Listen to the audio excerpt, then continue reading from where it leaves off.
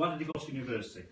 Well, I went to university for 2 reasons. The first reason was for me, because something I need, what felt I needed and I wanted to do, and really got the opportunity to go to university. And that was the second reason. That was the second reason to the people that had criticised me, doubted me, and put dyslexics down. And it was to prove that we can learn, we can do things. So that was my second reason. So I apologise if offended by that, but that was genuinely my second reason.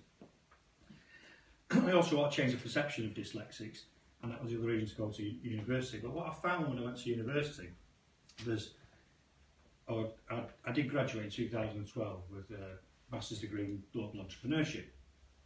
And I found out of 8 or 9 people that were also on the course, 4 of them were also dyslexic. And once you start talking openly about it, people that are coming to present were also dyslexic. And within the university, the general campus was about 3–4% dyslexic, but within the entrepreneurial area, it was much higher. So that got me thinking, and that's why I did a dissertation on this very subject. So what I'm going to try and do this evening for you is condense that 14,000 word document and many hours of sweat, blood and tears into something that you can understand and digest. And I'm also going to cut all the technical stuff out, because I don't want to stand here talking about parts of the brain and all that stuff, because it just do my head in as much as yours. So I'll try and keep it as simple as possible. So that's why I'm here. So what is dyslexia? Well, it was discovered in 1886, and it was noted as being word blindness, because someone was researching it, discovered that this lad couldn't read words. And also discovered that after someone had a trauma, they've lost the ability to read, and some lost the ability to speak when you've got a knock on the left hemisphere. Actually, if young children do get trauma, the brain's quite clever and the actors can rewire itself. So young children that have a left hemisphere issue can, get over it. Now, I like numbers. Don't like words so much, but I like numbers. So numbers can form, a bit of meaning to what I'm talking about. So the general population, about 10% are noted as being dyslexic. And I looked across Europe, that works out about 22 million people dyslexic, from varying degrees. Entrepreneurs, about 30% of entrepreneurs are dyslexic. So not all dyslexics are entrepreneurs, and not all entrepreneurs are dyslexic, because that's a bit of a common misconception. And they also looked at CEOs in large organisations. You only get 3 to 4% of CEOs in large corporate organisations are noted as being dyslexic. I want you to think about those numbers, and we'll cover that as we go on. Now, dyslexia, as I said before, was discovered in 1886, and I find it really frustrating that now in 2015, people in academia still say there's no such thing as dyslexia. These people are too lazy, not applying themselves, which I find mind-blowing. And word blindness, to some people, some degree, that is word blindness, and you try to get a blind person to read text. You can't do it. It's not that they're being lazy, you can't do it. And it's on the spectrum of learning difficulties. I have an issue with that, because straight away that gives a dyslexic person the feeling, and the outside world the feeling, that it's an issue, it's a problem. You're not able to do stuff. And it's on the spectrum, so you've got dyslexia, ADHD, dyspraxia and autism. And people can have all of those, one of those, and to varying levels of degrees. And when I always say to people, I'm dyslexic, they always go, Richard Branson's dyslexic. So everyone knows Richard Branson, but there's loads and loads of famous dyslexics. You've got people like Robbie Williams, Theo Paphitis, Steve Jobs, Einstein, Churchill, and the list goes on and on and on and on. And they're all pretty high up in their respective fields. So there's lots of us, lots of famous dyslexics. So what I am trying to explain to people, and I'm not going to be prop, but it doesn't matter, I'll improvise. I try to explain how the mind works in a couple of ways. And the first way is, if you can imagine a non-dyslexic mind stores information like a library. So there's information stored in a library in an order, an ordered sequence. Because language, the written word, spoken word, is made up of several elements. It's visual, it's how the word is said, how you write it, etc., how it's spelled. And those are stored in different places. And in the non-dyslexic mind, it's habitual that those in a split second that information comes together. Now I should have a pencil in my hand right now, so can you just imagine a pencil? So the non-dyslexic wants to ask for a pencil or write the word pencil and will instantly go, can I have that pencil? Oh, please can I have that pencil if they're polite. So that's great, and it's got great advantages because they can learn, they can remember things, they can recall things, they can spell and all that sort of thing. So things don't get muddled up, but I think it's got disadvantages, and we'll talk about that later. Now, the next scenario with the dyslexic mind, if you can imagine a cylinder rather than this nice ordered area, and all the information is in this cylinder, yeah. And things can be grouped together that are alike, like feathers and leaves are very similar. And pens and pencils, the pencil I've got. So when the dyslexic might ask for the same thing, might often say, can you have that pen? Makes the dyslexic think, why have I asked for a pen? And the other person, why have you asked for a pencil? What's wrong with you? And it's the same when they say words or they write things down.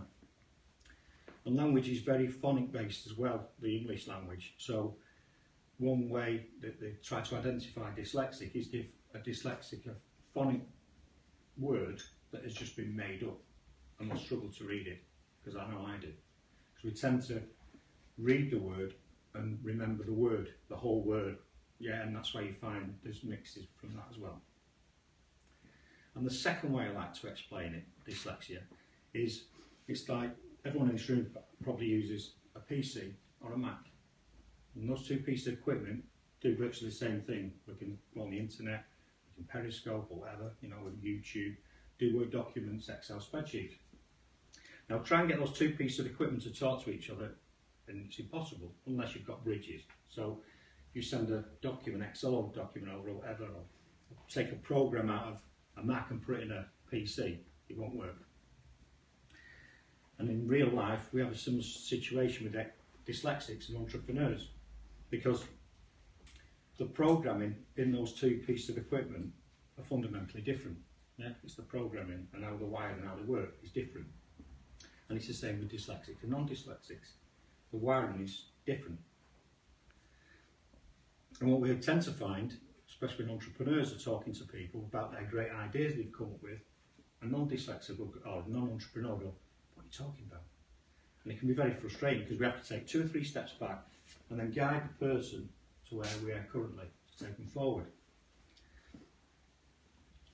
So that's how I like to explain it.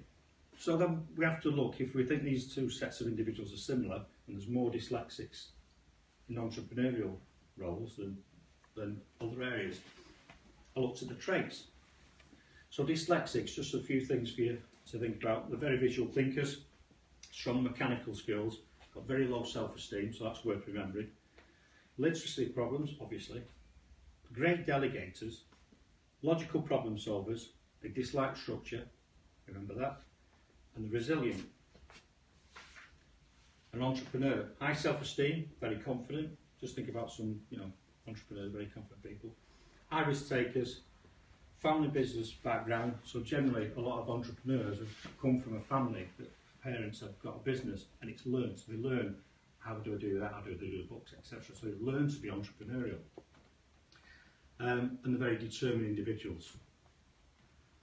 So that's the things that they have themselves, but they share some commonalities, and the commonalities that they share are strongly influenced by mentors. They're proficient verbal communicators. If you think about some people I've discussed, they are good at communicating.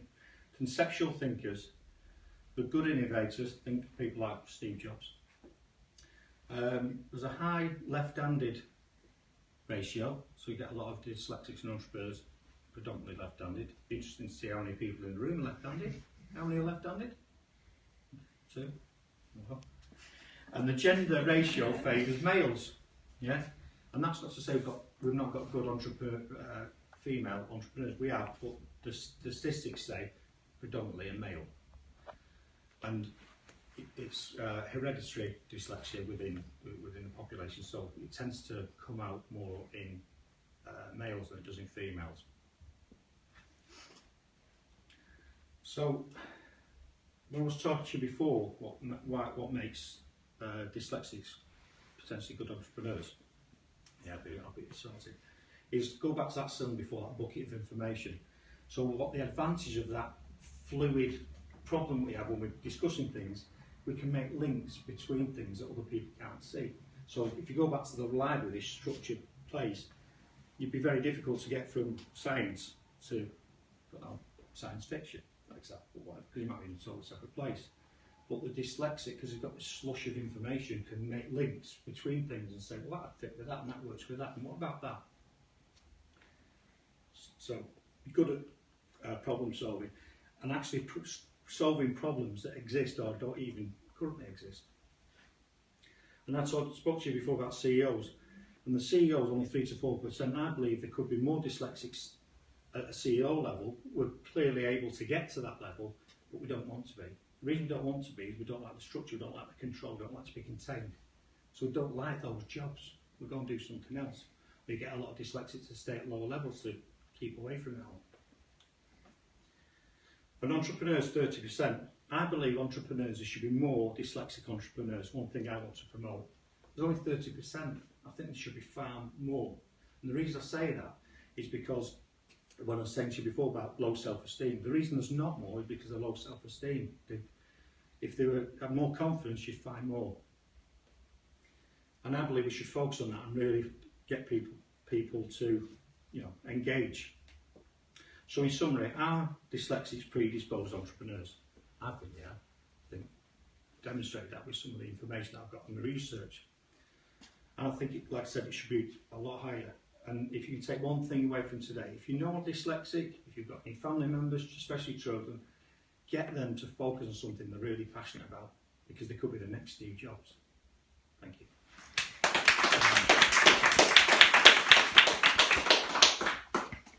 Thank you very much. Has anyone got any questions? I winged that, Yeah, any questions, sorry? No? No? Too deep. Too deep? Too deep. I tried to keep it light-hearted. Yeah, what are you currently doing? Are you actually currently out there with kids and young people working? I've got 2 businesses. Obviously, I've got to pay, put food on the table. Yeah. But yes, I've just signed up to do mentoring in some schools in Wolverhampton. And what I want to do is get this out more, get this out in schools. And that's one thing I've said is I'm going to do the mentoring, but I want to go into schools because that get them at a young age, get them involved, and then go to businesses. As an example, I work for an organisation when I found I was dyslexic with 500,000 employees, right?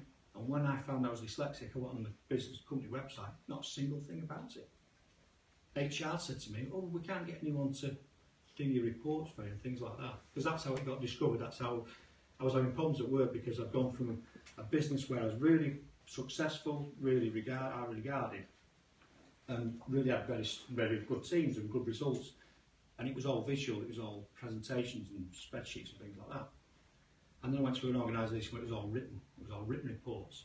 And I kept getting picked up, and I was like, what's the problem? I was like, gone from hero to zero in a couple of years, what's happened? And that's how I discovered, because I've gone to this, I was missing words out, I was putting the wrong word in and things like that. So that's how I ended up doing it, really. Thank you very, very much.